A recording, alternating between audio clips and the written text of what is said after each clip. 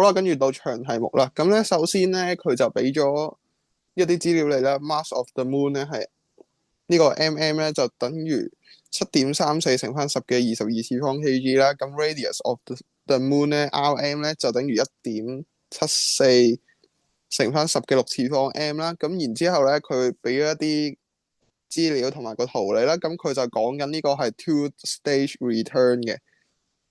咁就講緊一嚿嘢點樣由 moon 翻去個地球度。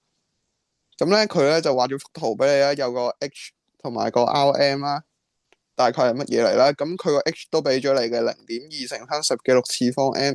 咁咧佢就問你啦，呢、這個 orbital speed v naught 咧係 of SV 咧究竟係點乜嘢咧？咁但係佢又俾咗係 close to 1.6 kms/1你，咁就幫咗你啦。你一定要大概計到啲咁嘅嘢啦。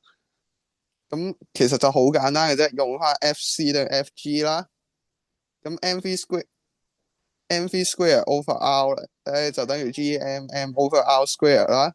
咁然之後你將啲 m 約咗佢調一調位啦 v 就等於 g 開方 gm over r 啦。咁你將啲嘢代翻落去，個 g 咧就 constant 嚟嘅。咁 m 就梗係代個月球啦。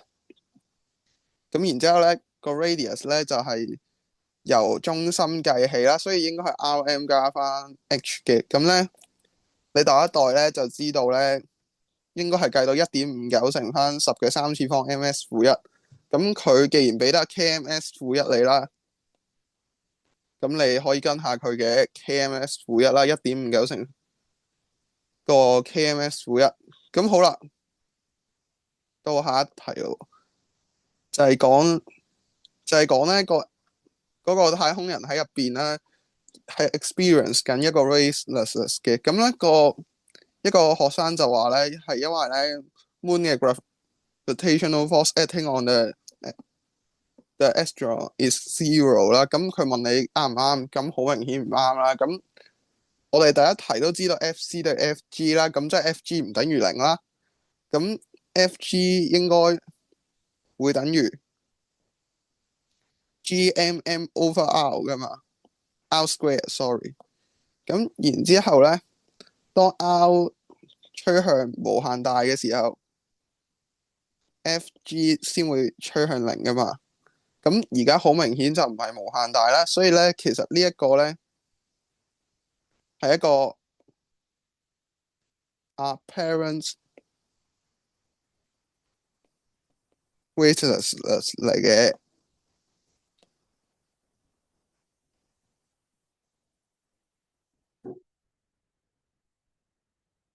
咁所以咧答案就應該係 low 啦。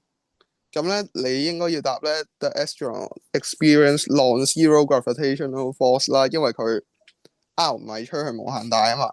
咁然之後咧你就應該話咧 both SB 咧同埋個 astronaut inside 咧應該係 free falling 緊嘅，所以佢哋係冇 normal reaction force 嘅。咁就同你搭 lift 嘅情況，搭 lift 然之後條鋼纜斷咗，差唔多啦。咁咧下一題啦，咁佢就問你咧個 Lagrange velocity v1係乜嘢？咁咧你呢題咧就應該要用翻 k 加 p initial 等於 k 加 p final 嘅。咁咧就睇下啦。咁我首先咧1/2 mv1 square 啦，就應該等於 gmm over r 啦。咁然之後就等於翻1/2 mv log square 啦。v log 咧就係咧你第一題嘅嗰個1.59乘翻10^3次方啊。咁咧然之後咧就應該因為你已經係上升到去 h 嗰個位噶啦嘛，咁所以你就要 r 你個 radius 應該係 rm 加翻個 h。咁然之後你代翻啲數調一調位，咁就乘翻佢啦。咁你應該會計到1.76乘翻10^3次方 ms-1。咁咧就應該係等於1.6 kms-1啦。1.76 sorry。咁然之後咧佢最後一題咧就問你啦，